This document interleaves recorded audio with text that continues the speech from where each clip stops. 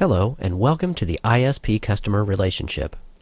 Internet Service Providers, or ISPs, are traditionally associated with the establishment and maintenance of Internet connectivity between themselves and their customers. However, ISPs also offer a multitude of services that are designed to make them more competitive with other ISPs and to enable customers, such as businesses and home users, to be more productive. These services can be offered in three different ways. This presentation will focus on these methods by presenting three different types of relationships that can exist among an ISP and its customers. It is important that you know the different characteristics of these different relationships because one may be more suitable than others depending upon the size or financial resources of your organization. There are many services that ISPs may offer to their customers. The most popular of these include World Wide Web, email, and file transfer. World Wide Web service enables web clients to use web browser software to request web pages from web servers. Email service allows users to send and receive electronic messages. The purpose of FTP is to enable users to transfer files between a client and a server and vice versa.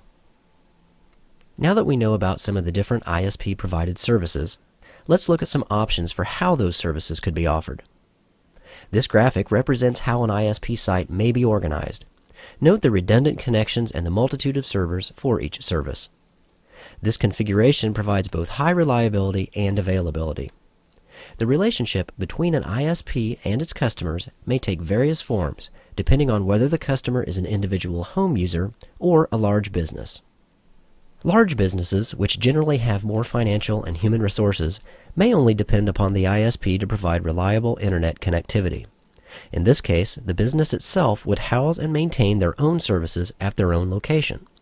This situation requires a great deal of money to purchase equipment as well as pay qualified employees to maintain the equipment and the services.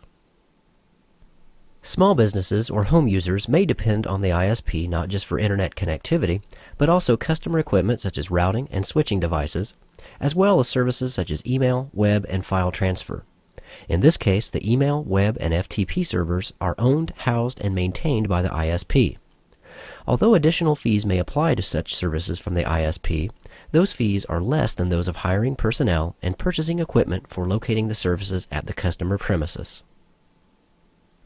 Another type of relationship that may exist between the ISP and its customer is called co-location. In this instance, the customer owns and maintains equipment that is located at the ISP. By locating equipment at the ISP, the customer enjoys the increased reliability and availability of services that are gained through use of the ISP network. Other services provided by ISPs include e-commerce solutions, message boards, streaming audio and video, and IP telephony. The information provided in this presentation will enable you to make sound decisions regarding the types of services your business may need, as well as make sound financial decisions regarding their location.